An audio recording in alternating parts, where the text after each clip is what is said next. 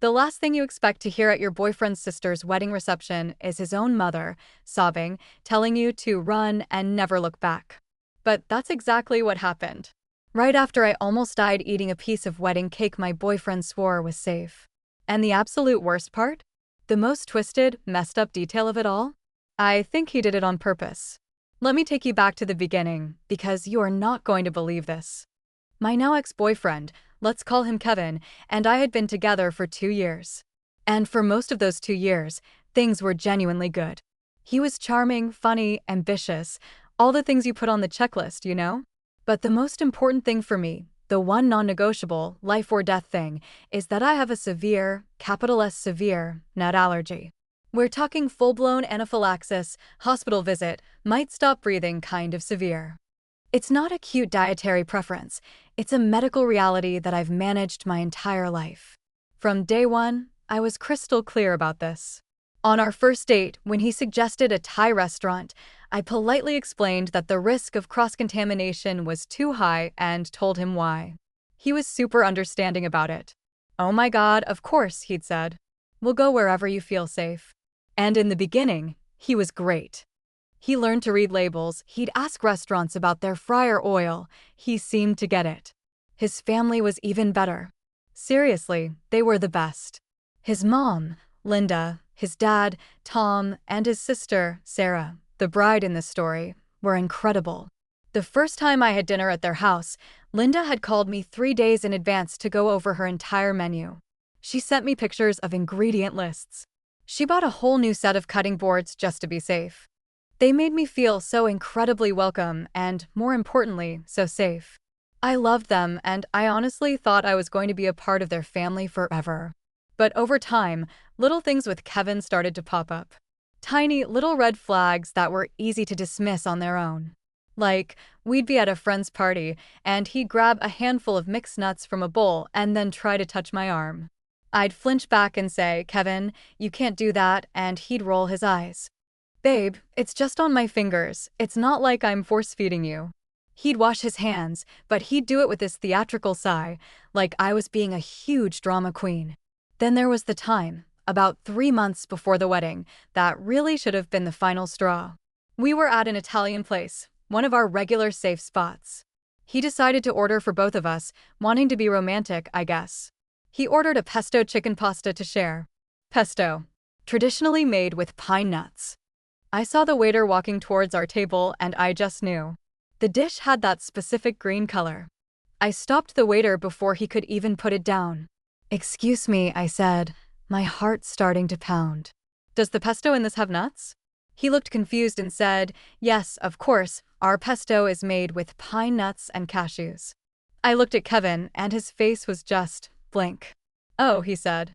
"I forgot." Then he got defensive. I mean, instantly. "Well, it's not like peanuts or almonds. Are you even allergic to pine nuts? Maybe it would have been fine." My blood ran cold. "Kevin," I said, trying to keep my voice steady. "Yes, all nuts. We have been over this 100 times. I could have ended up in the emergency room." He finally seemed to grasp it and started apologizing profusely. "I'm so sorry, babe. I'm just so stressed with work, it completely slipped my mind." And like an idiot, I forgave him. Because I loved him, and I believed it was just a stupid, careless mistake. The wedding planning was where his carelessness started to feel more like a deliberate choice. Sarah, his sister, was a saint. She and Linda sat down with me and the caterer to plan the entire menu around my allergy. They made sure the main courses were safe, the appetizers were safe, and they even arranged for a special, completely nut-free dessert to be made for me, since the main wedding cake was a multi-tiered almond torte. It was a beautiful, decadent, and completely lethal to me cake. I was in the kitchen at their house during one of these planning sessions, and Kevin overheard us confirming my special cupcake with the caterer on the phone. When Linda hung up, he scoffed. I mean, a full-on, audible scoff. "You guys are going through so much trouble for one person. She can just not eat the cake. It's not that hard." Linda whipped her head around so fast. "Kevin," she said, her voice sharp. "What is wrong with you? We do this because we love her and we don't want her to die. It is not a trouble. He just shrugged and walked out, mumbling something about how I was making everyone paranoid. I felt this hot sting of shame, even though I had done nothing wrong. Sarah grabbed my hand and said, "Don't listen to him. I don't know what his deal is lately, but we are so happy to do this." The rehearsal dinner was the night before the wedding. We were all at a nice restaurant. Everything was fine, the food was safe, everyone was happy. Then it came time for dessert. Kevin, without asking, ordered a sampler platter for the table. It was covered in brownies, cookies, and pastries, all of which were a huge question mark for me.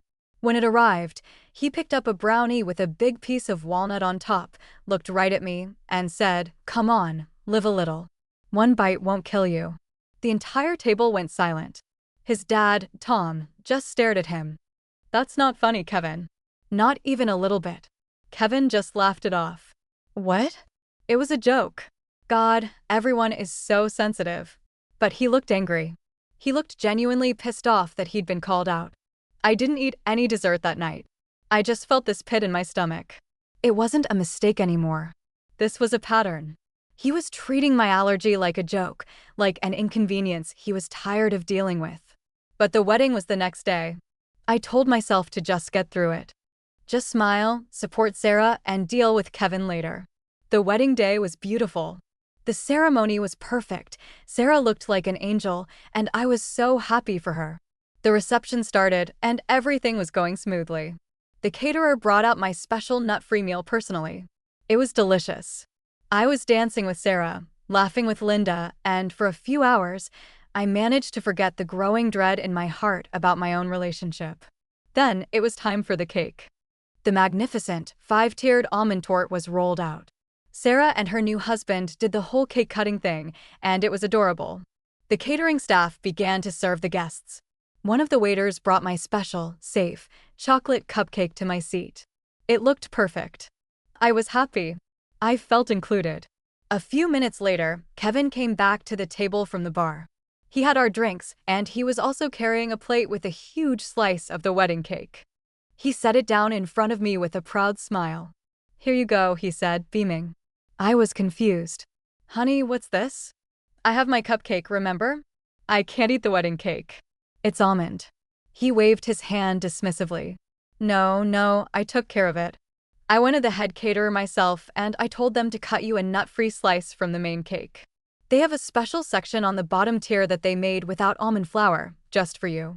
My internal alarm bells were screaming. That made absolutely no sense. Why would a baker make one small section of a massive almond cake nut-free?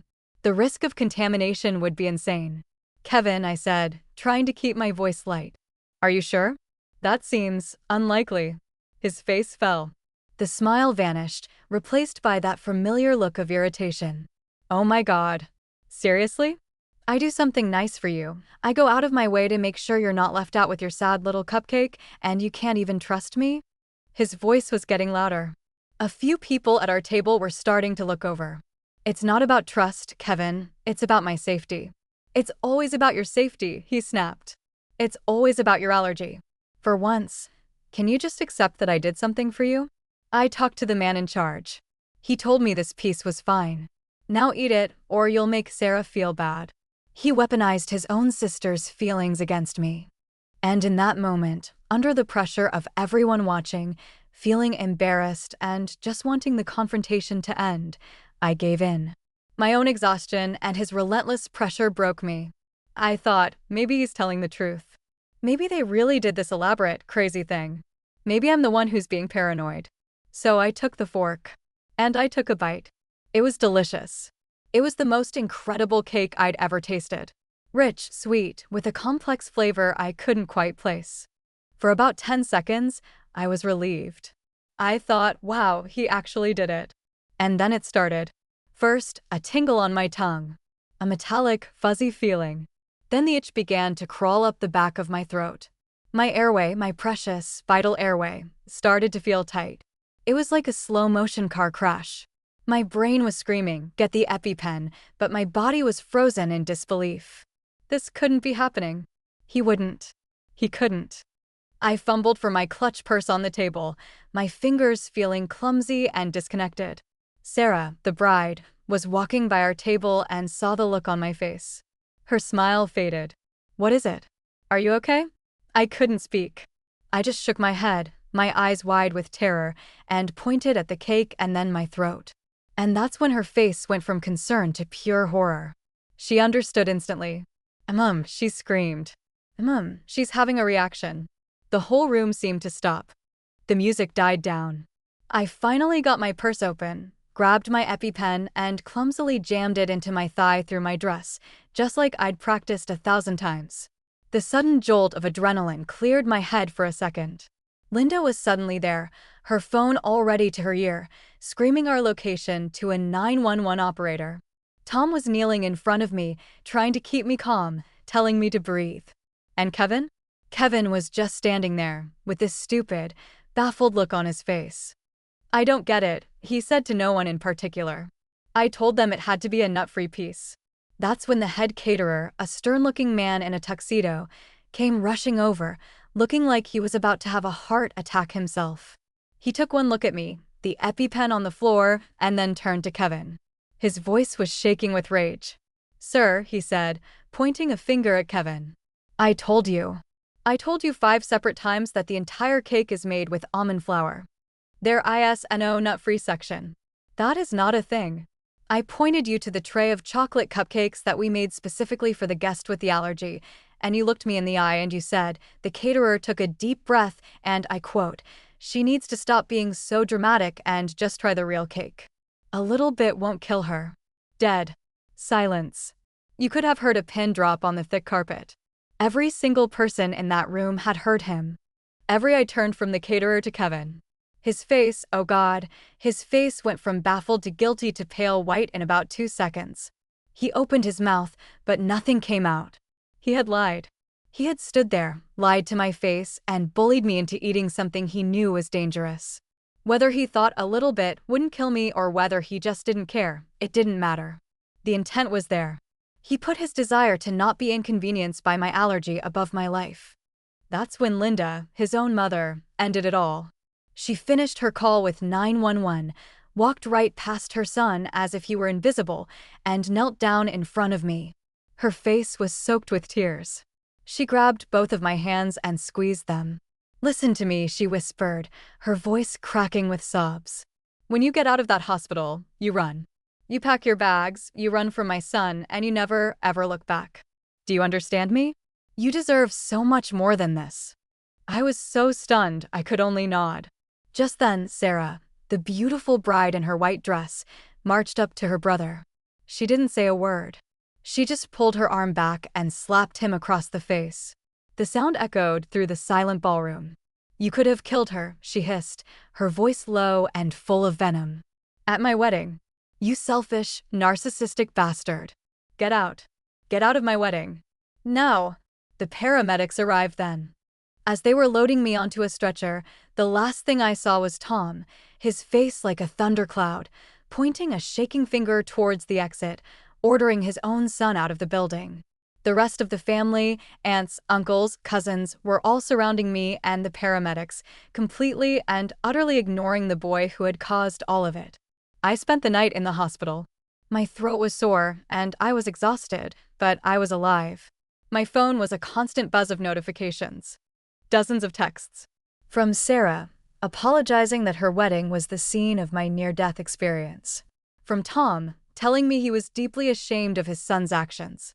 And from Linda, who sent me a long, heartbreaking message about how they had failed as parents to see how selfish Kevin had become, and that her offer still stood. That I was to run and not look back. There were also about 50 texts and missed calls from Kevin.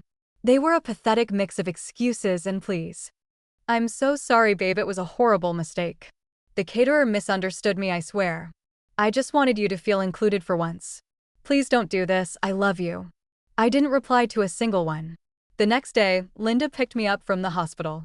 She drove me to the apartment I shared with Kevin, and she helped me pack all of my things.